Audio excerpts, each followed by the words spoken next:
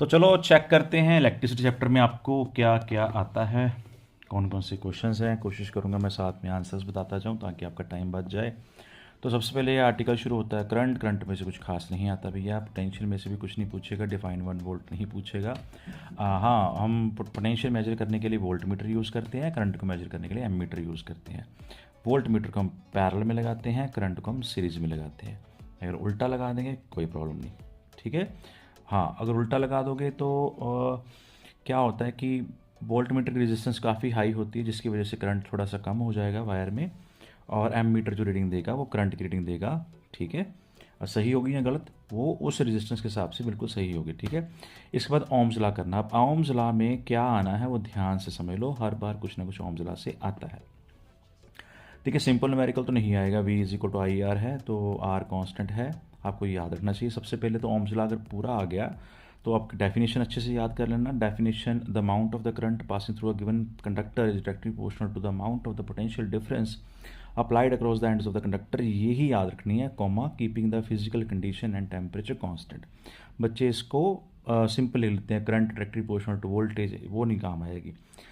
दूसरी बात, keeping the physical condition and temperature constant का मतलब है कि रेजिस्टेंस जो है वो 4 फैक्टर पर डिपेंड करती है। फिजिकल कंडीशन मतलब लेंथ, एरिया और नेचर ऑफ द वायर, और चौथा टेम्परेचर। तो रेजिस्टिविटी जो है वो सिर्फ 2 चीज़ों पर डिपेंड करती है, nature and temperature of the wire.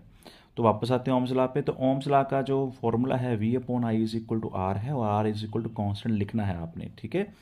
उसके बाद जो ग्राफ आता है, देखिए आपके एनसीईआरटी में एक ही ग्राफ है ओम्स लॉ का, जो आई थिंक लास्ट एक्सरसाइज का 7th या 8th क्वेश्चन बनता है आपका। अब उसमें क्या वोल्टेज की वैल्यू दे देगा, करंट की वैल्यू दे देगा, आपने ग्राफ बना देना है, ठीक है।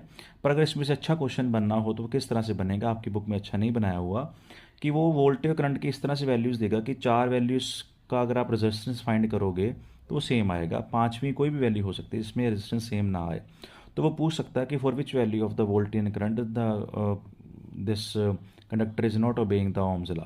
तो उसमें फिर जब रेजिस्टेंस जो वेरी करेगी, बाकी चारों से या पांचों से मैच नहीं करेगी, कि 4 या 5 या 6 जितने भी हैं, तो वो आपका आंसर बन जाएगा।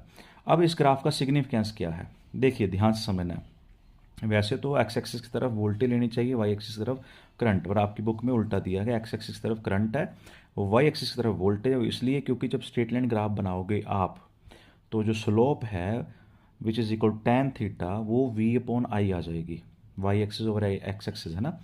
तो यहाँ से आप क्या लिखोगे, slope is equal to V/I आ गया, और V/I क्या होता है, रेजिस्टेंस।